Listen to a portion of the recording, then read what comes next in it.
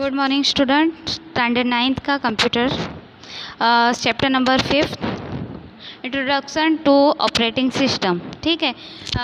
Even for the CPU is a very fast, it can basically do simple options like editing two numbers, multiplication two numbers, etc.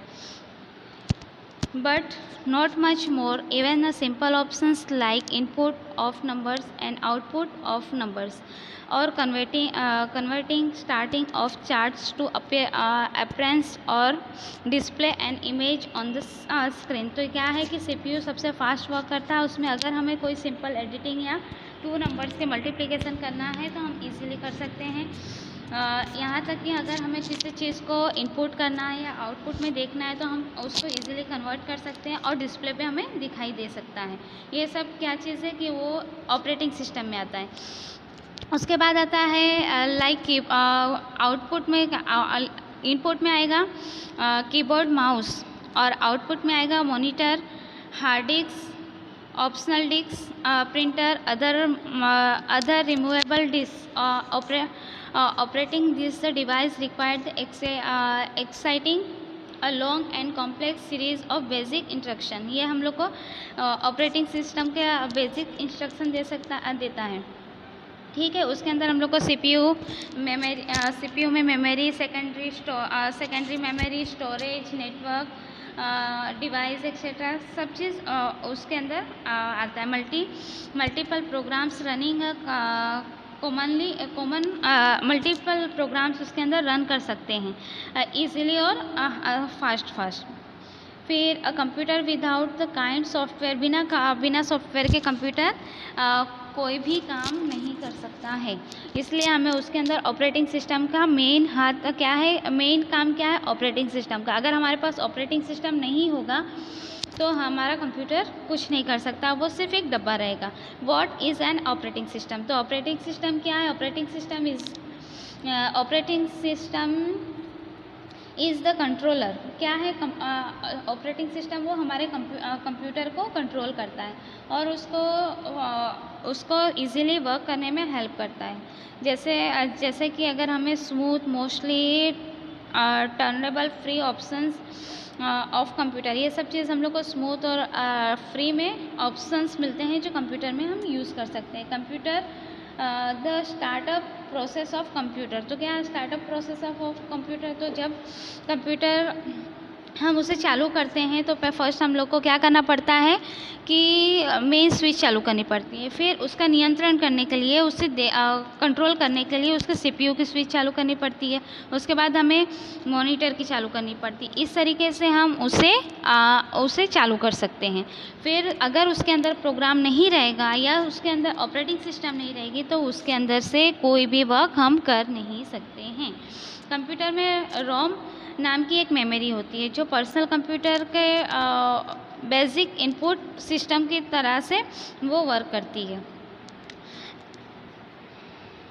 और उसके अंदर primary जो हमें ज़रूरियात होती है वो हमें वहाँ उस रोम में मिल जाती है। इसीलिए वो हमें जब हम लेते हैं तो रोम या रैम ज़रूर देकर कंप्यूटर लेते हैं।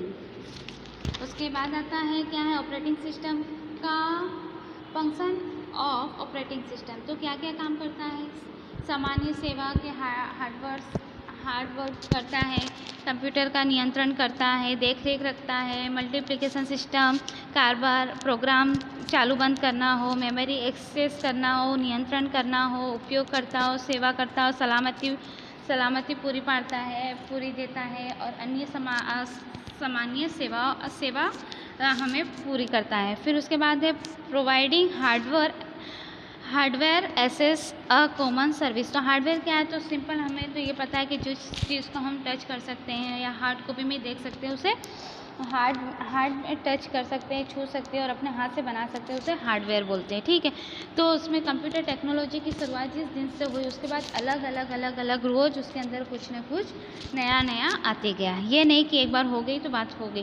कंप्यूटर ऊपर अलग अलग प्रोग्राम ज़रूरी सूचना, आवश्यक एकम संख्या और कंप्यूटर की वपराश, प्रोग्राम, अतिशय झड़प, अति भार, अशक्यता, ऑपरेटिंग सिस्टम, हार्डवेयर, सामान, ये सब चीज़ क्या है, सब उसमें नया नया आते गया। उसके बाद आता है controlling, regulation and surprise resource of computer. हाँ, तो अद्यतन कंप्यूटर अपने पुरानी अतिशय शक्ति से भी ज़्यादा अब प्रोसेसेस पावर और मेन मेमोरी संग्रह जैसे खूब ज़्यादा प्रमाण में रिसर्च कर सकते हैं, है ना। इसके परिणाम में हम एक अलग समय और प्रोग्राम की एक साथ हम 2 से 3 प्रोग्राम की क्षमता रखते हैं, कर सकते हैं, एक साथ रन कर सकते हैं।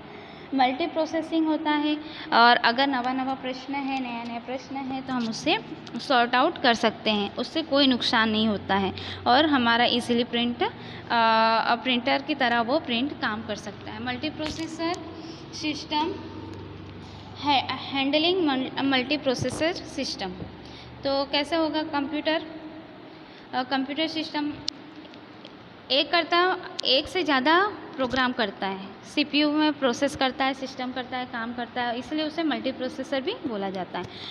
फिर है starting and supporting program exchange. तो हमें किस शुरुआत में ऑपरेटिंग सिस्टम का कार्य था। ऑपरेटिंग सिस्टम क्या है, अच्छे कंप्यूटर का सिस्टम संपूर्णपणे नियंत्रण करता है और विशिष्ट प्रोग्राम का अमल करता है। शेल, जिसे शेल कहते हैं, शेल कंप्यूटर सिस्टम वापरवा माटे यूज़र इन्फेक्शन और यूज़र इन्फेक्शन अलग अलग छूट देता है।